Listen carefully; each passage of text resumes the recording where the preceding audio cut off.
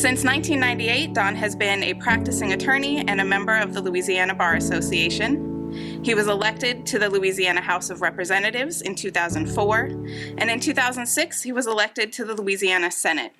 During his tenure in the Louisiana Senate, Don was heavily involved in post-Hurricane Katrina issues as the chairman of the Senate Insurance Committee and was an active member of the Juvenile Justice Commission of Louisiana. In 2009, Don left the Louisiana legislature to serve as staff director and chief counsel for the United States Senate Committee on Small Business and Entrepreneurship, and in 2013, he began serving as chief of staff for U.S. Senator Mary Landrieu of Louisiana. In addition to his duties at the National Urban League, Don is an adjunct professor at the George Washington University, and he serves as a major in the District of Columbia Army National Guard Judge Advocate General Corps. Don is a life member of Alpha Phi Alpha fraternity, a life member of the Rocks, Inc., and a member of the 100 Black Men of Prince George's County. I would like to welcome you, Don, as our next speaker. We're looking forward to hearing from you. Thank you. Thank you so much for that introduction. When I hear about my life, it reminds me of how old I'm getting. But thank you for that introduction, and it's so good to be with all of you this morning. It's an honor to be here, obviously, at my beloved Southern University Law Center, and speaking about an issue that I care so deeply about, which is economic development and infrastructure. First of all, just have to thank the Urban League of Louisiana for hosting this conference and for the leadership that is shown by the Urban League, and particularly its staff, who is led by no other than Judy Reese-Morris, who is a dynamic Urban League president and CEO, one of the best that we have out of our 92 affiliates all across America. When Judy calls, Don or Mark Morial will absolutely be here to support. And so we're very proud of the work she's done. We're very proud of her team, her staff. As a staff member of an Urban League, I know what it's like to wear this lapel pin and to have a dynamic boss and CEO, a driving boss and CEO. And so I want to thank the staff for its support as well. I also want to thank our sponsor today, Ochsner, who is here. And these events would not happen without Ochsner and our corporate partners like Ochsner. And so I just want to thank them for their leadership as well, their vision in seeing the importance of us being able to talk to communities of color in this great state of Louisiana. Lastly, I just want to say hello to some of my colleagues from the Louisiana Legislative Black Caucus. I was honored to serve in the Louisiana legislature, served with my father, actually.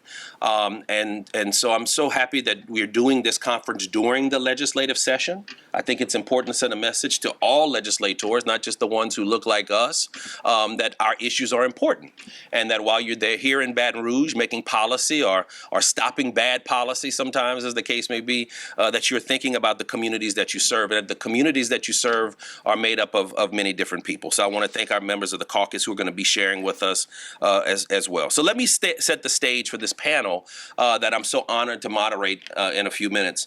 On November 15th of 2021, President Biden signed into law the infrastructure bill, this bipartisan, I want to stress that, bipartisan, supported by Democrats and Republicans, this infrastructure bill. It contains the largest ever investments in broadband, rail and transit, energy, clean energy, water, among other programs. Of specific note to our beloved Louisiana, the Delta Regional Authority was provided $150 million.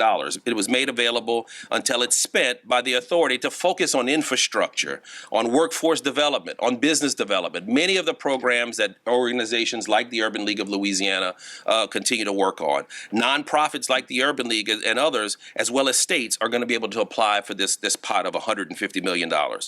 Of course, I can't highlight every piece of the Infrastructure Act. There's a lot to it. But I want to talk about a couple of key pieces that the Urban League and our affiliates fought for many years, that we were finally able to get put into legislation. I'll give a little history lesson. I've been hanging around Mark Morial. In the 1960s, our president and CEO at the time, our executive director, was a gentleman by the name of Whitney Young. Whitney was a World War II veteran, and he talked about the fact that after World War II, we rebuilt Europe. We spent billions of dollars to rebuild war-torn Europe.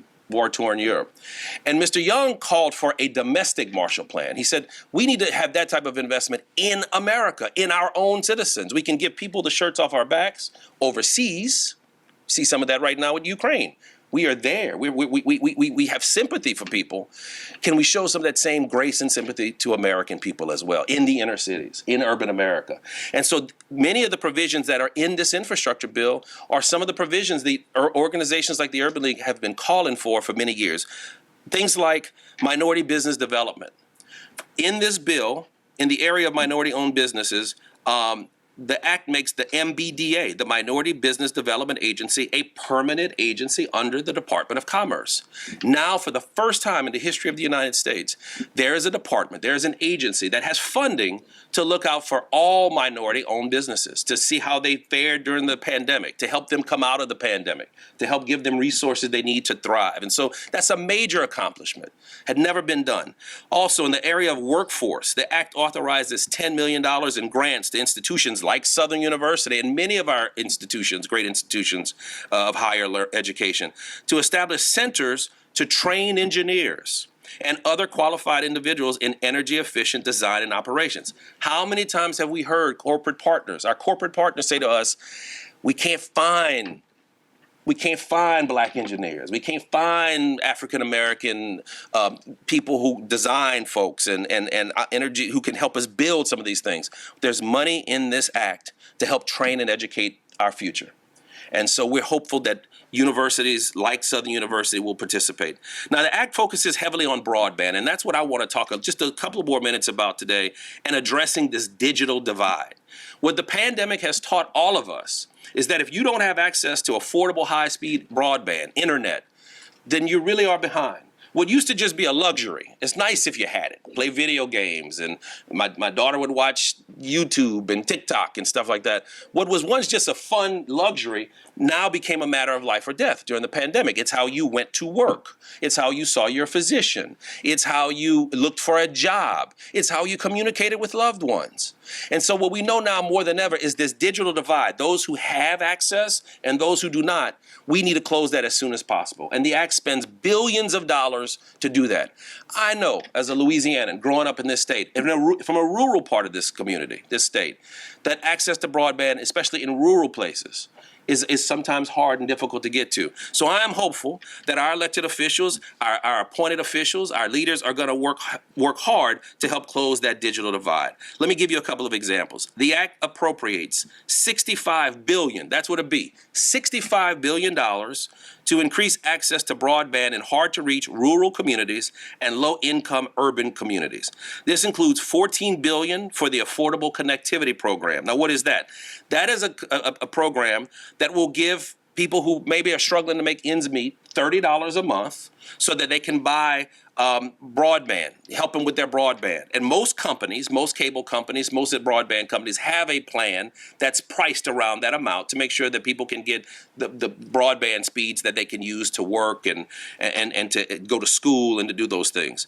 Also, there's $2.75 billion with a B being appropriated for digital equity and inclusion programs. Now, what are digital equity and inclusion? Teaching people how to use this thing. I'm still learning, right? With a JD and an undergrad. Not everybody is that educated. But we have to teach people how to use the technology, how to get online, how to do a telehealth visit, how to do school. Many of us struggled with that when our kids were doing Zoom classes for over a year. And so we have to teach people how to be digitally literate. Some people need wraparound services. They need help in reading before you can even teach them how to do a computer. That's why organizations like the Urban League of Louisiana are helpful, because not only can people learn how to use the computer, they can also have someone to help them with their reading and their comprehension, how to find a job, a navigator, a friend, a person who can help them, someone they can trust. Well, the act covers that as well. The act covers that as well. There's money that is going to be dedicated so groups like the Urban League can apply. The broadband, there's also to promote broadband equity, $42.4 billion will be provided for formula-based grants to the states.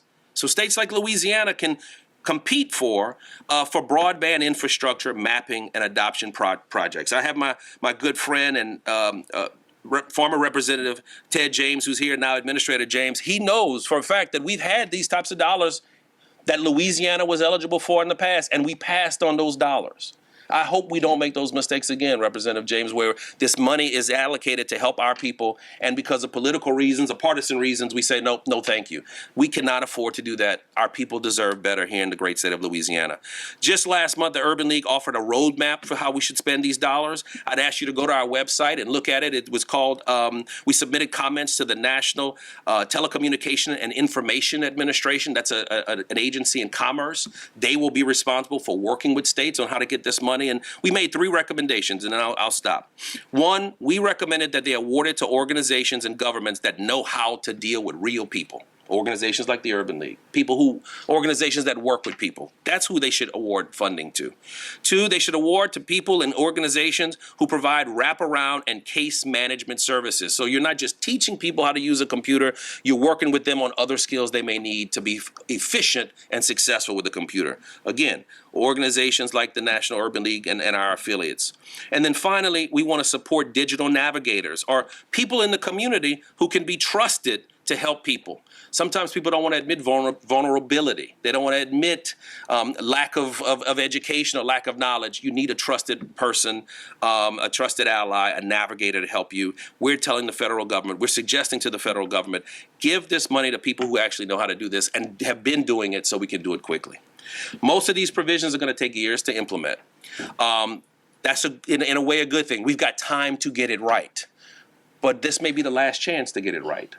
And so I'm hopeful that we're going to do it. That's why this next panel we're going to talk is important for us to learn about this bill. That's why it's important that Judy and her team continue to have these discussions. And so following me, we're going to have a distinguished panel, and we're going to discuss how Louisiana can best take advantage of these programs in this community. So I'm excited, and we'll head to the panel shortly.